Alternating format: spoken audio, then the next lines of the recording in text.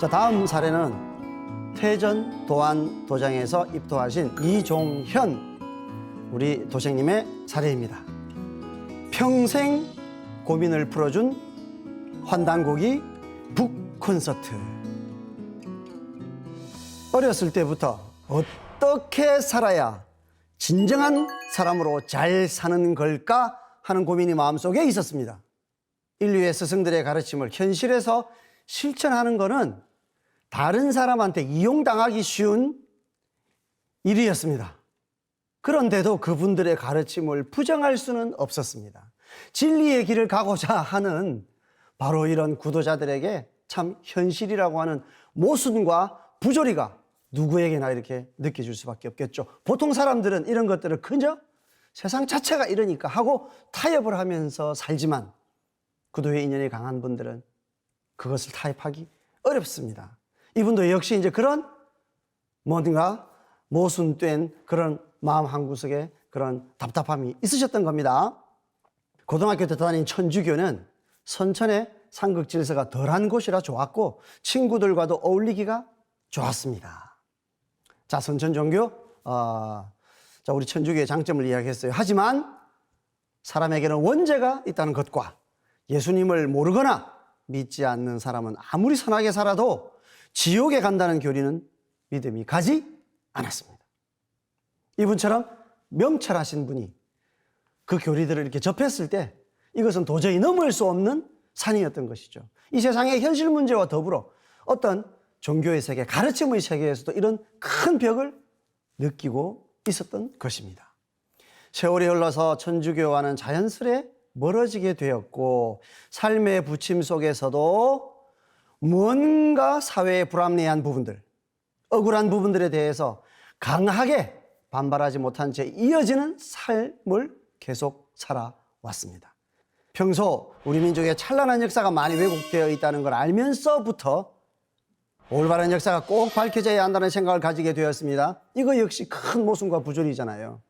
내가 배운 중학교 시절 국사교과서에는 고조선이 있었고 법령으로 8조 금법이 있었다고 시험에도 나왔던 게 기억이 나는데 지금의 교육은 옛날에 지금의 북한 땅에 고조선이 있었다고 한다라고 남 얘기하듯 말하며 찬란했던 역사를 밝혀내지는 못할 망정 오히려 퇴보시키는 범죄 현장의 목격자가 되어서 억울함과 분노를 느꼈습니다.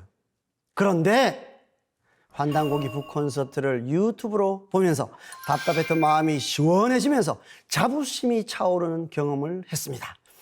역사라는 눈에 보이지 않는 무생물체가 후손에게 삶의 자부심과 힘을 내려주고 있었습니다. 이분이 정말 답답했던 이 세상 누구도 그 모순을 이야기하지 않는데 정말로 속 시원하게 본인의 가려운 곳을 긁어주는 바로 그것이 있었으니 그게 바로 상생방송의 환단고기 북콘서트였습니다. 나아가서 후천 조화선경 지산 천국을 여는 일꾼이 되고자 하는 열망을 지금까지 삶의 굴곡을 겪으며 욕심의 많은 부분이 이제 떨어져 나간 지금에서야 인생을 걸고 이 일을 해야겠다는 생각이 간절해졌습니다. 보은. 이분은 이 세상에 근원적으로 이렇게 뿌리 박혀 있는 모순과 부조리. 지금도 이 세상은 모순과 부조리를 가득 차 있잖아요. 누가 이것을 극복할 수 있겠습니까? 그것을 극복하려고 정말 나서는 사람이 있다고 하더라도 그거는 불가능하다고 생각하겠죠. 이분도 역시 그렇게 생각해왔죠. 하지만 유튜브에서 환단고기 북콘서트라고 하는 프로를 한번 보게 됨으로써 이분은 바로 그 모든 것들을 해결할 수 있는 해결책으로서 바로 증산도를 만난 것입니다. 그래서 이분은 이제 인생을 걸고 바로 가장 큰 일이잖아요. 여러 가지 좋은 일들이 많이 있겠지만 이 세상의 근원적인 부조리에 모든 인류가 함께 힘들어하고 있는데 이 전체를 해소할 수 있는 일이 있다면 누구나 그 일을 이렇게 인생을 걸고 해야 되는 것이죠. 자, 이분의 사례에서 정말로 가슴 뭉클하게 배우는 것이 많습니다. 자, 다음 사례는 서울로 가겠습니다. 서울 강북도장의 한은숙 도생님의 사례입니다. 방황 끝에 상제님 진리의 본가를 찾다로 정했습니다. 저의 고향은 참 아름다운 곳입니다. 저는 화목한 가정에서 부러울 것 없이 별탈 없이 잘 자랐습니다. 그런데 어느 날 갑자기 어머니께서 무병을 앓기 시작했습니다. 어머니는 새벽녘에 집을 나가셨다가 이슬에 흠뻑 젖어 들어오시곤 하셨습니다. 눈동자도 풀리시고 저를 알아보지 못하실 때도 있었습니다. 어린 마음에 그런 참담함이 지금까지도 가슴이 아픕니다. 어머니가 무속인이 이렇게 되어야만 하는 그런 어떤 신병을 앓으셨는데 어린 나이에 정말 그런 신비스러운 영적인 알 수 없는 어떻게 보면 너무나 두려운 그런 경험을 하신 거죠. 그래서 이분은 어떤 영적인 신령한 세계에 대한 어떤 그 문제의식이 아주 어렸을 때부터 마음에 이렇게 배게 된 것이라고 보겠습니다. 집에 붉은 장삼에 스님들이 드나들기 시작했고 불경 소리에 잠에서 깨기도 했습니다. 그리고 저는 그때부터 기독교 신앙에 깊이 빠져들게 되었습니다. 기독교 신앙 활동에 대한 갈등이 약간은 있었지만 신앙을 멈추지 않았습니다.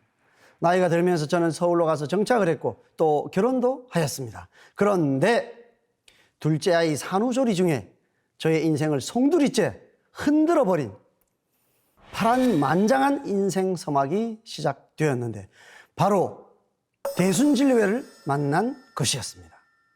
이후 상제님의 진리를 좇아서 포덕천하를 이루리라 결심하고 제 청춘과 영혼까지 바치겠다는 마음으로 포덕사업의 일로 매진하였습니다. 그런데 부작용이 생기기 시작했습니다.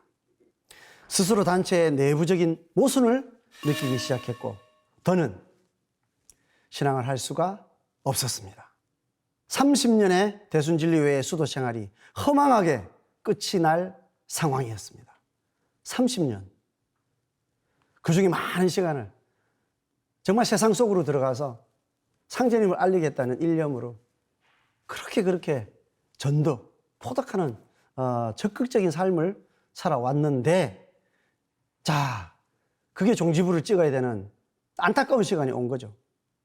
그러던 차에 옛날에 잘 알고 지내던 강순례 포감님에게 연락을 해서 만나게 되면서 증산도에 대해서 듣게 되었습니다.